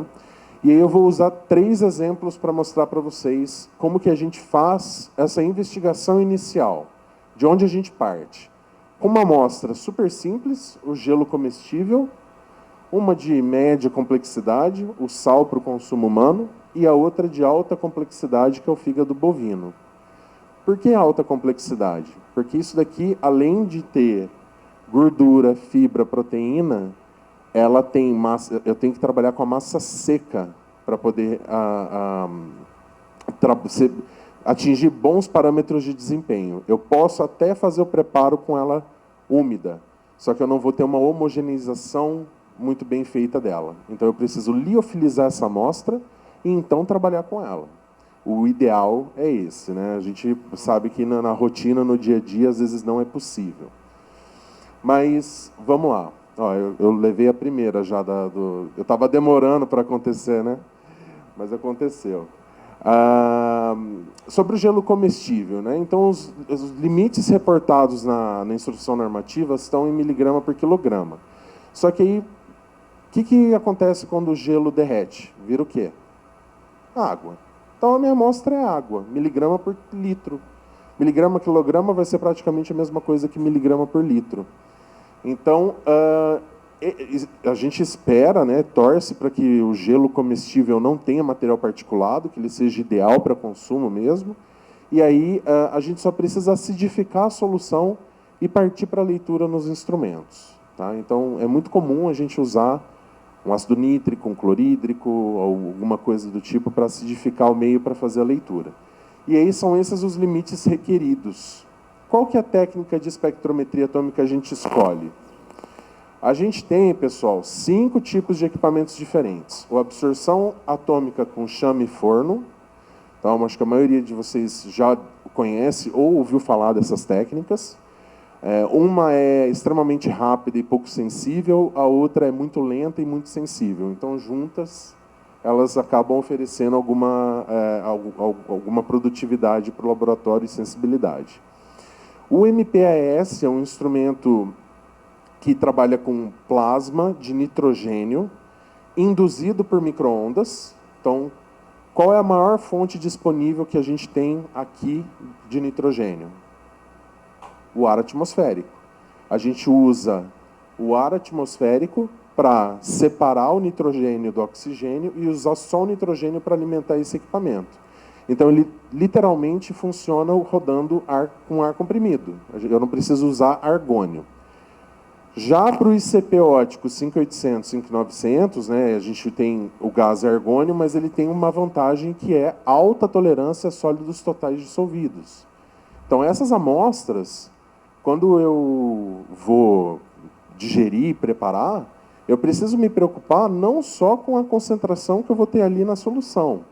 Eu preciso me preocupar também com o teor de sólidos dissolvidos que vai ter ali, porque não é em qualquer instrumento que eu posso colocar um alto teor de sólidos. Por exemplo, no MP a gente pode até 3,7% de sólidos totais dissolvidos. Tanto o ICP-OES, quanto o ICP-MS, quanto o ICP triplo quadrupolo usam argônio a uma taxa aí de 18 a 20 litros por minuto. Então é um consumo relativamente alto. Tem que ser bem coerente na hora da gente decidir partir para uma análise para ICP. Porque se eu for fazer um elemento, uma amostra, não compensa você ligar um ICP para isso. Compensa você usar uma absorção atômica com chama e forno. Tá? Bom, mas, resumindo, o chama e o forno, a gente teria que trabalhar com o arsênio na geração de hidretos ou no forno de grafite. O cádmio e o chumbo, praticamente, para trabalhar no chama, precisaria pré-concentrar a amostra, então eu tenho que derreter o gelo e evaporar a água ainda, ou trabalhar só no forno de grafite, que é demorado. No MP, o limite de arsênio ele é atingido por geração de hidretos, mas o cádmio e o chumbo precisariam de pré-concentração. Contraprodutivo, pessoal. E o triplo quadrupolo, todos os limites são atingidos. É uma técnica extremamente sensível. Só que é um equipamento muito caro. Tá? Então, ele é dedicado, focado para alguns segmentos de análise bem específicos e a gente não vai matar uma formiga com uma bola de canhão. Tá? Então, basicamente, a gente fica entre os 7800, 7900 e os 5800, 5900, onde no ICP ótico o cádmio e o chumbo podem ser medidos diretamente e o arsênio pode ser feito pela geração de hidretos, que é uma técnica que a gente usa para aumentar a sensibilidade de arsênio, selênio, antimônio e outros elementos. O ICP-MS, a vantagem dele é que a gente corre todos os elementos de uma vez só. Isso a gente ganha praticidade. Então, quanto mais elementos, mais amostras, compensa mais a gente partir para o ICP-MS para a gente trabalhar com isso. Indo para o sal para consumo humano, na instrução normativa os limites de novo estão miligrama por quilograma e basicamente o preparo é pesar uma massa de sal, acidificar com ácido nítrico e avolumar com água. Simples, porque o sal é solúvel, vai dissolver, não tem problema nenhum, não precisa digerir a amostra. Só que tem um potencial problema, o alto teor de sólidos, e não é qualquer sólido, é sódio. Sódio é um problema grande em técnicas de ICP-OES, principalmente EMP, técnicas de emissão atômica. E aí, qual técnica a gente escolheria no caso? Vamos supor que a gente pese 1 grama de amostra para 100 ml, faz uma diluição de 100 vezes, e vamos ter 1% de NaCl na solução final, concentração de sal. É uma concentração plausível, super fácil da gente trabalhar, que não gera problema nenhum para a gente. Só que quando eu faço isso, os meus limites, não são os mesmos que estão lá na instrução normativa. Porque na hora de trabalhar com elas, o meu limite máximo permitido vai cair, porque eu diluí a amostra. Então, ele passa a ser, eu vou falar em ppb porque não ficar repetindo zero, tá? 5 ppbs, 20 ppbs e 5 ppbs. Ficam menores, então eu preciso tomar cuidado para qual instrumento eu vou partir para determinar esses elementos. Mais uma vez, ó, o forno e o chama e o MP, eles têm as restrições da sensibilidade para arsênio, e a gente tem o cádmio e chumbo para pré-concentração. A gente vai pré-concentrar uma solução que já tem NaCl, vai ficar um NaCl maior ainda. Então, com muito cuidado, né? A gente não pode partir por esse caminho. O ICP triplo, de novo, a gente matar uma formiga com uma bala de canhão. E o ICP ótico e o massas são as técnicas que seriam mais recomendadas. É claro que no ICP ótico fica um pouquinho mais difícil, porque a gente não tem como o gelo comestível, que é só água, que é praticamente só água. A gente tem um teor de sal ali também que esfria um pouco o plasma, diminui um pouco a sensibilidade do sistema. Então a gente tem provavelmente a gente vai ter que trabalhar no limite da técnica para chumbo, por exemplo. No caso do ICP massas, sem problema nenhum, a gente pode fazer essa análise, determinar todos esses elementos, inclusive utilizar alguns recursos diferenciais de hardware, né, que uma delas é a diluição de aerossol, onde o aerossol produzido pela câmara de nebulização, o aerossol terciário, ele é diluído com o próprio gás argônio antes de introduzir ele no plasma. Então isso representa um ganho de produtividade no fim das contas. Tá? E aí a última matriz, pessoal, que é a mais complicada, é a do fígado bovino, né? Que seria o quê? Ó, os limites estão de novo em miligrama quilograma, só que o preparo é complexo. Antes da gente começar, a gente tem que liofilizar essa amostra para tirar a umidade, né? Então, fazer a digestão em vaso fechado e a digestão assistida por micro-ondas, e aí a gente teria o seguinte aqui. Quando a gente liofiliza a amostra, a gente concentra ela, que na verdade a gente está tirando umidade e ela está ficando concentrada. E aí eu vou homogeneizar aquele extrato liofilizado para então fazer uma amostragem e coletar, né, a fração da amostra que vai ser digerida. A concentração do meu analito, no fim das contas, vai ser o que está na instrução normativa vezes o fator de concentração dividido pelo fator de diluição. Então, por exemplo, se nós tivermos 70% de umidade, qual que vai ser a concentração máxima na solução final? Né? Supondo que o preparo da amostra tem um fator de diluição de 100 vezes. É o fator de concentração dividido pelo fator de diluição, né? Vezes 1, que é o limite lá da norma. E, de novo, porque liofilizar? Remove a água, pulveriza melhor a amostra, a concentração do analito aumenta, né? Não diminui tanto, e garante uma homogeneização mais eficiente. Joia? Então, a gente tem outros limites aqui que não são tão triviais de serem calculados assim. De novo, o chama e o forno e o MP ficariam de fora dessa lista, né, e o triplo também, pelas mesmas razões que a gente havia discutido antes. Né, sendo que o ICP ótico e o massas são os mais recomendados e podem ser utilizados para fazer a leitura direto, no caso do ótico para chumbo e cádmio, e o arsênio por geração de hidretos. O ICP massas, direto, pessoal. ICP massas é a técnica do momento para se fazer essas leituras, principalmente na área de alimentos. E aí eu tenho um spoiler ainda que eu não vou falar, mas se alguém perguntar eu vou dizer, vou deixar para a parte de perguntas. Mas assim, tem uma coisa que é muito legal, que é só o ICP massas que vai conseguir fazer, que os ICPs óticos comerciais normalmente não fazem. Tá? Então é bem interessante para a gente ter isso como um recurso. Bom, então, terminando, pessoal, eu deixo aqui, né, um QR Code para vocês, dos dois instrumentos, tanto do OES quanto do MS. O link aqui também está disponibilizado. Fiquem à vontade para acessar esse portal de espectroscopia, que fala principalmente dessas duas técnicas e também das outras técnicas.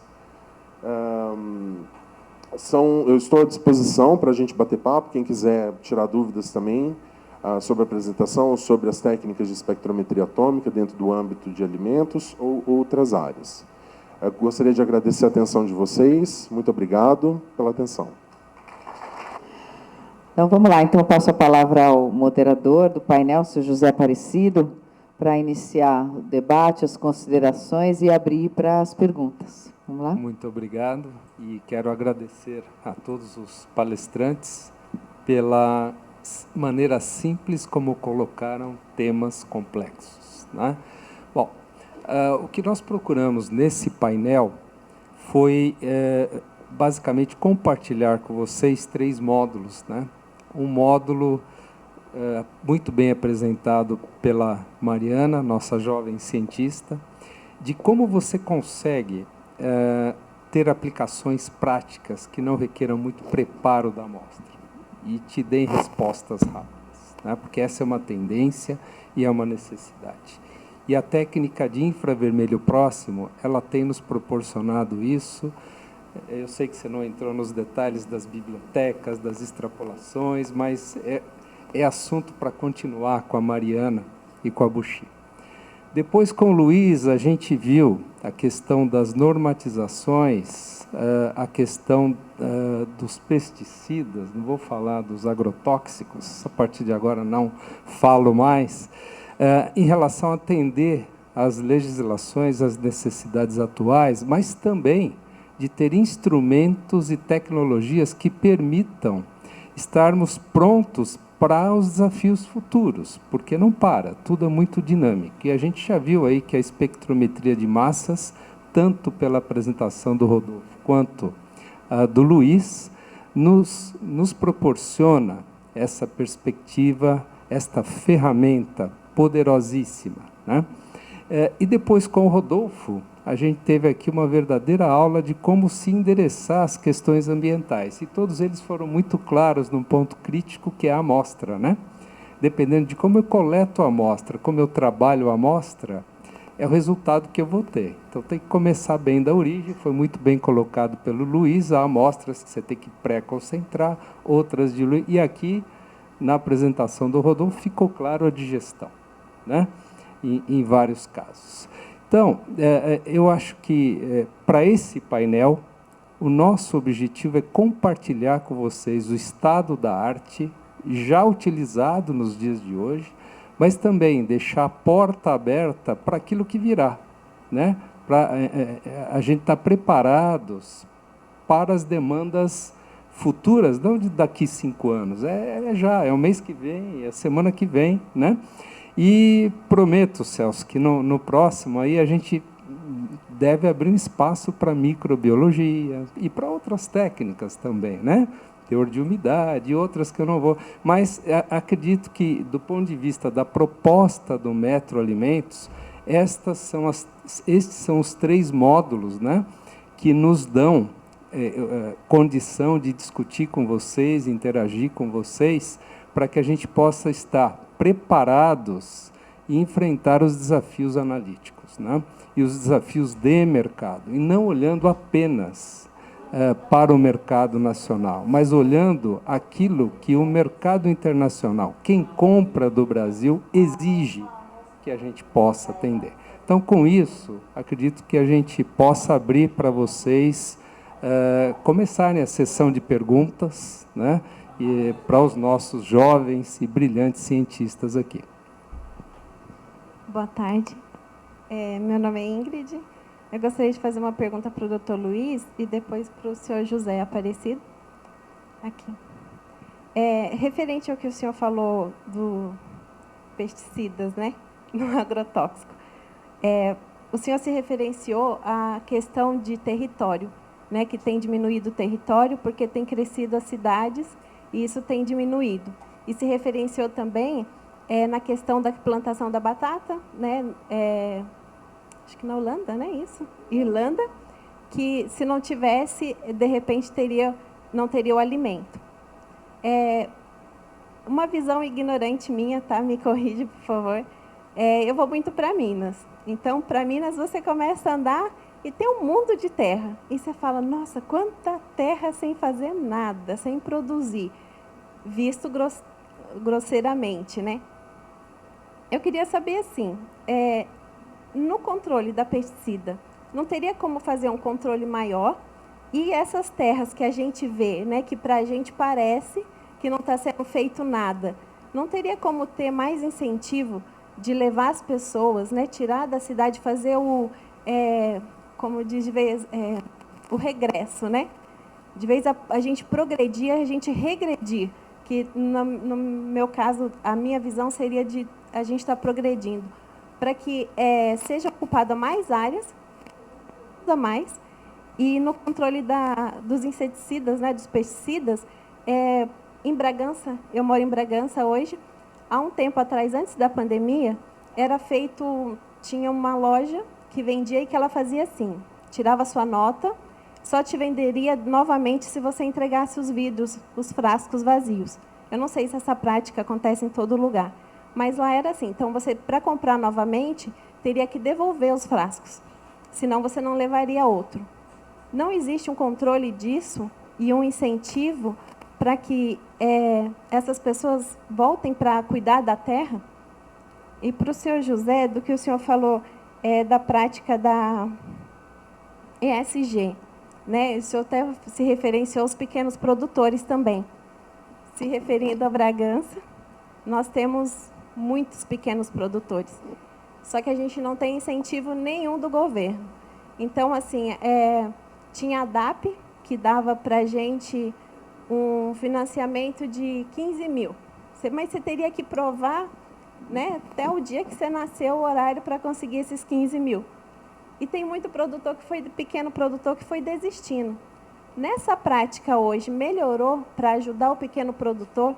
Porque, na verdade, a minha visão também, desculpa, eu acho que, assim, a gente tendo quanto mais pequenos produtores, a gente acaba tendo muito mais alimento, porque é um montão de gente fazendo. E no que eu estou vendo é que não está indo, não está acontecendo dessa forma. Tá? E desculpa pela visão, se eu estiver errada, mas é uma forma que eu vejo. Tá? Obrigada.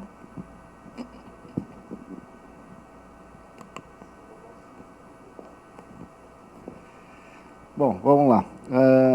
Em relação à volta ao campo, o que acontece? Eu vejo também que a grande fonte de geração de emprego no futuro é o campo. Que na cidade realmente está saturado. Realmente acho que o campo é uma grande oportunidade realmente para você gerar emprego, produção. E eu vejo que, na verdade, para pequenos produtores, a única solução realmente seriam as cooperativas. Fortalecimento dos sistemas de cooperativa no Brasil para realmente os pequenos produtores terem como não só produzir, mas talvez fazer uma pequena agroindústria, ou seja, agregar valor à produção. Que se você for só depender do que você produz, fica complicado. Então, se você tem uma cooperativa bem estruturada, um sistema realmente que você pode agregar o valor, acho que realmente a gente tem condições de fazer esse pessoal realmente voltar. Realmente a gente consegue povoar mais o campo. Eu acho que realmente acho que a única alternativa realmente é os pequenos produtores se unirem em cooperativas, que, na verdade, quando você se une vários, você consegue várias vantagens. Um produtor pequeno sozinho, infelizmente, não sobrevive. Essa é a verdade. Então, realmente, isso daí seria fundamental. O que mais? Da embalagem, você falou. Na embalagem, o que acontece? O Brasil hoje é o país no mundo que mais recicla embalagem de pesticidas. Hoje, praticamente, acho que quase 97% das embalagens são recicladas. É um exemplo para o mundo, o Brasil. Então, o que acontece? Existe um programa realmente de... todas as embalagens de agrotóxicos, primeiro você tem que fazer a tríplice lavagem. Você usa o agrotóxico, você lava o pesticida, você lava 3 vezes com água. Aquela embalagem, teoricamente, depois de ser feita a tríplice lavagem, ela é considerada uma embalagem não perigosa. Tem vários trabalhos que foram feitos no passado que comprovam isso. Então, por isso que eles vão lá e entregam, realmente para manter realmente o campo limpo das embalagens, que a embalagem é um potencial contaminante do meio ambiente. Então, realmente, Além de levar, o pessoal recicla, e essas embalagens recicladas vão virar novas embalagens de pesticidas, ou vão virar conduítes para construção civil, vários outros objetos de plástico que o pessoal consegue reciclar. Então, tem uma fábrica grande em Taubaté, que o pessoal recicla muito lá. E hoje a gente tem um braço da Andef, que é o IMPEV que cuida desse programa todo aí de embalagens vazias de agrotóxicos, né, de defensivos agrícolas. Então, é eles que tomam, então tem realmente esse programa, por isso que eles vão lá e vão levar a embalagem vazia para o pessoal poder reciclar. O que mais?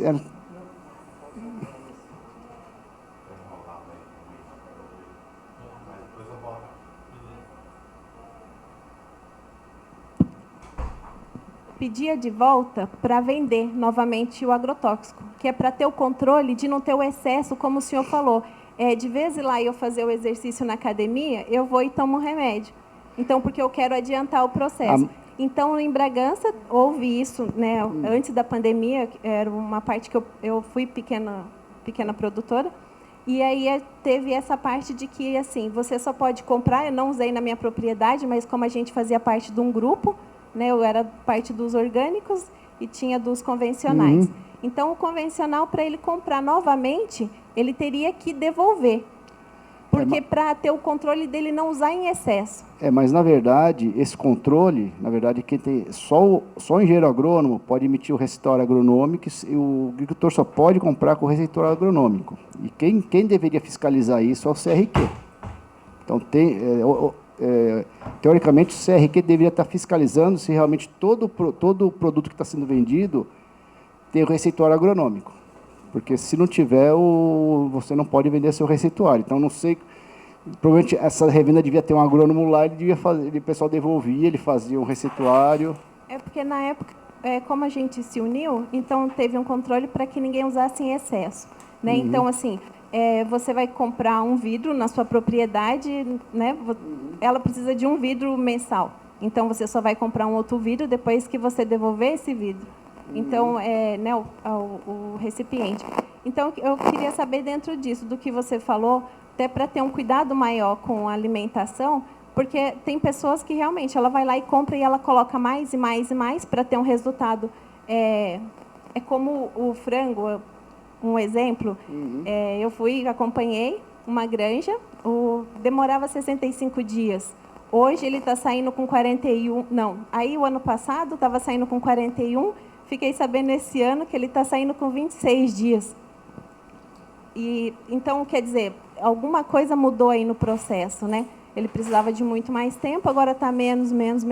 Então, na questão das hortaliças e legumes, acontece o mesmo. Então, eu queria saber disso. Se não tem como realmente fiscalizar isso, para que não haja esse excesso, né, dos pesticidas no alimento. Pelo receituário agronômico. Daí é o CRQ que tem que fiscalizar se realmente os agrônomos estão fazendo o papel deles corretamente. E também uma coisa que falta no Brasil, que faz falta, é a extensão rural, que antigamente era mais forte, hoje realmente fica na mão, teoricamente, a extensão rural, que era para estar na mão do governo, hoje está na mão das revendas de defensivo agrícola. Olha, para sintetizar a segunda parte da sua pergunta, primeiro, as regiões elas vão tendo uma mudança na atividade econômica. A região de Bragança, se eu não me engano, me desculpe, aqui eu não sou um expert como você, ela tem uma vocação forte para a área de batata, morango, frango, né? Eu não vou falar da linguiça, né? Que é a fama da cidade. Você não falou nada, mas não dá para passar em branco sem falar de Bragança e não lembrar da linguiça. Mas o que vai acontecendo é que a região está muito próxima de grandes centros também, como São Paulo, Campinas, e vai chegando a tal da especulação imobiliária.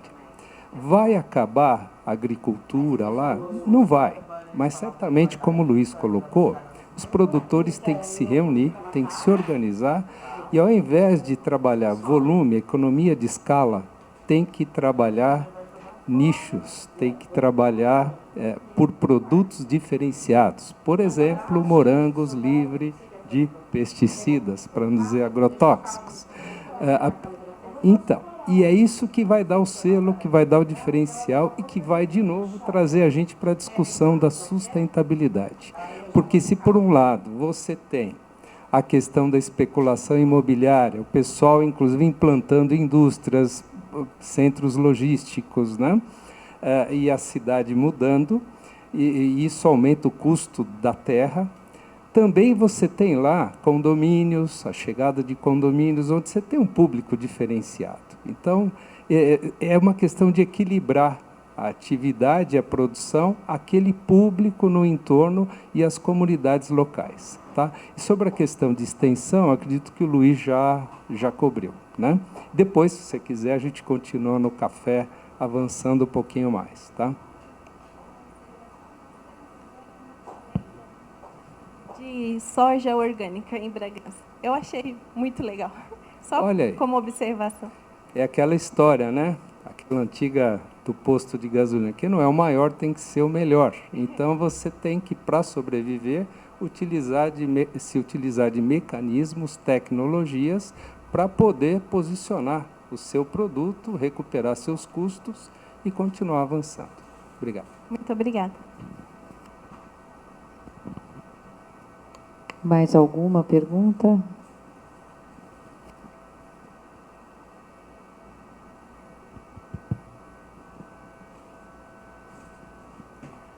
Eu queria fazer uma pergunta para o Luiz, que falou sobre os defensivos agrícolas. Luiz, com um equipamento, um triplo quadrupolo, com ESI, quantos % mais ou menos dos defensivos agrícolas utilizados no país eu consigo atender? Mais ou menos, tá? Olha... Só para ter uma ideia. Eu acredito... Você quer saber os que estão em uso ou só os que estão em uso? Se a gente considerar só os que estão em uso, não considerar os que já foram banidos, eu acredito aí que dê para cobrir aí uns 90%. Tá bom. Obrigada.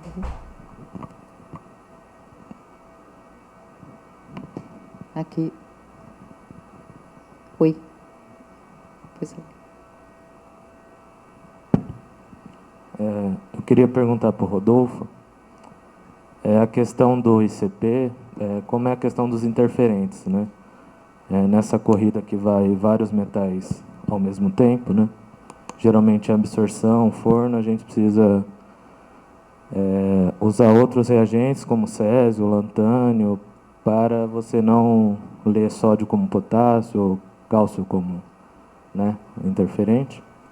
Eu queria entender essa questão dos interferentes nessa técnica, né? Como é minimizada, se tem ou se não tem. Legal.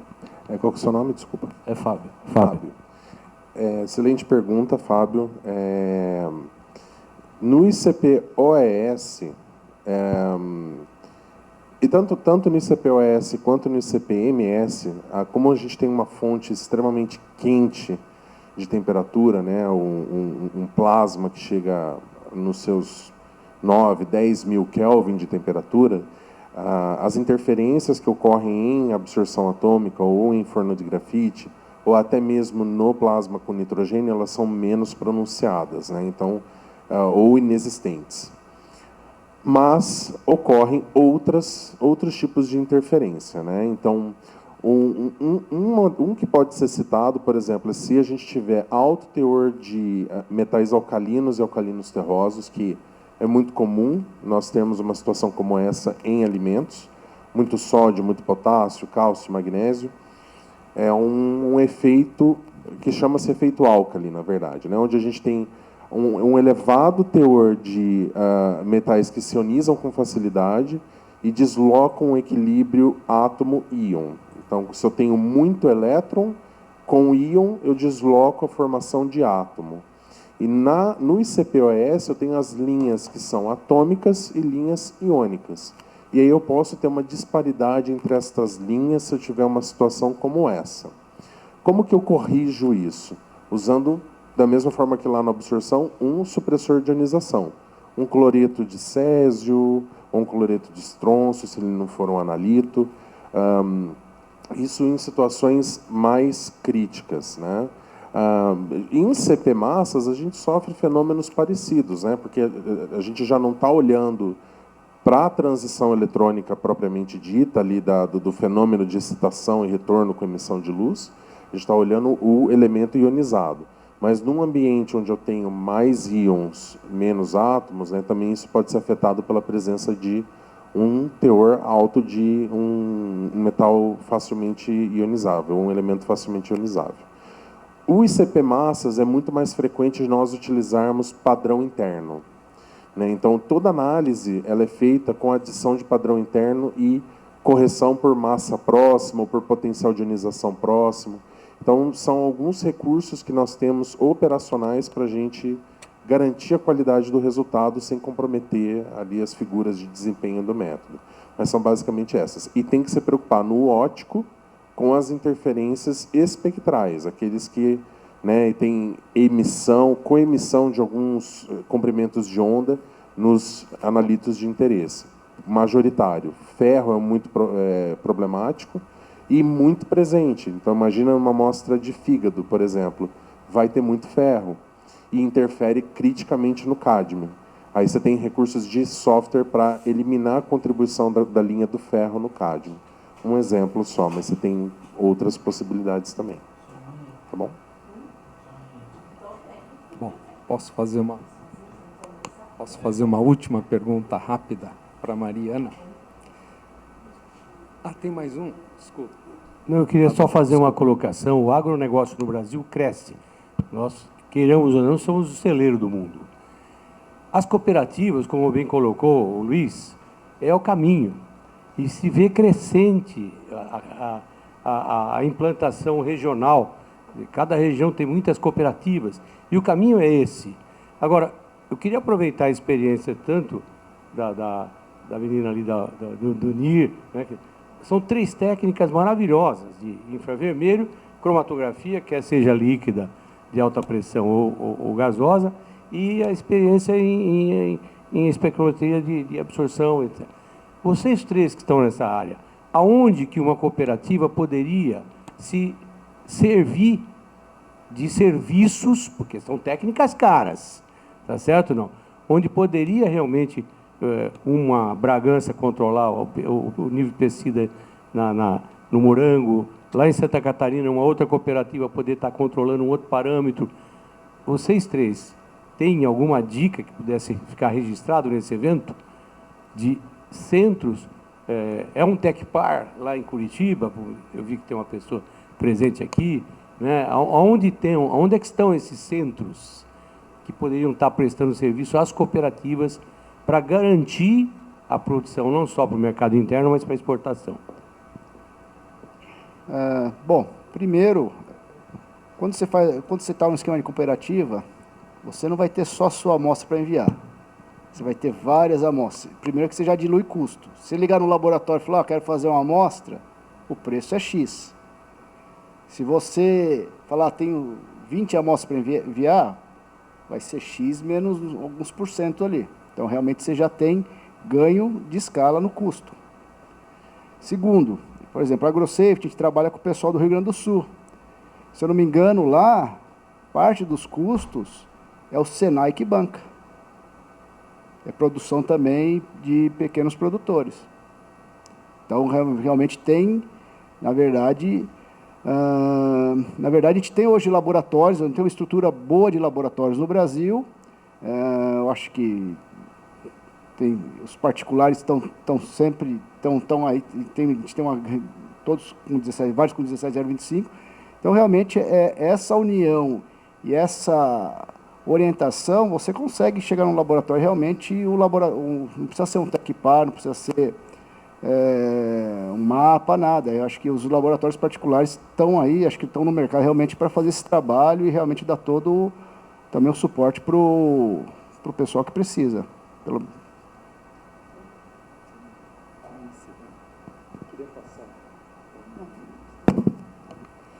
Eu acho que um pouco da parte do NIR, já existem alguns clientes nossos hoje que são cooperativas que utilizam o equipamento para controle de processo. Então, é um equipamento que talvez em um início seja um investimento um pouco mais alto, mas que tem um retorno muito rápido, porque realmente controla, se a gente for falar, na verdade, em produção, né? Controla a especificação, controla os alimentos. Então, esse retorno de investimento do equipamento NIR, seja um equipamento de laboratório, que aí pode cobrir diferentes produtos, diferentes parâmetros e diferentes etapas ali de produção de alimento, ele vai ter um retorno muito rápido. Então, isso também já é utilizado por algumas cooperativas. E se a gente for falar, por exemplo, em um laboratório de prestação de serviço, que também são nossos clientes hoje, que já tem um equipamento, torna a análise para essas cooperativas mais baratas. Então, se você vai fazer por uma metodologia comum, né, que nem eu comentei, de análise de proteína, de fibra, além do tempo, também tem um custo empregado nisso pelo laboratório terceirizado, que você vai enviar suas amostras. E laboratórios hoje, que também prestam esse tipo de serviço, já utilizam o NIR para fazer análise a um custo menor.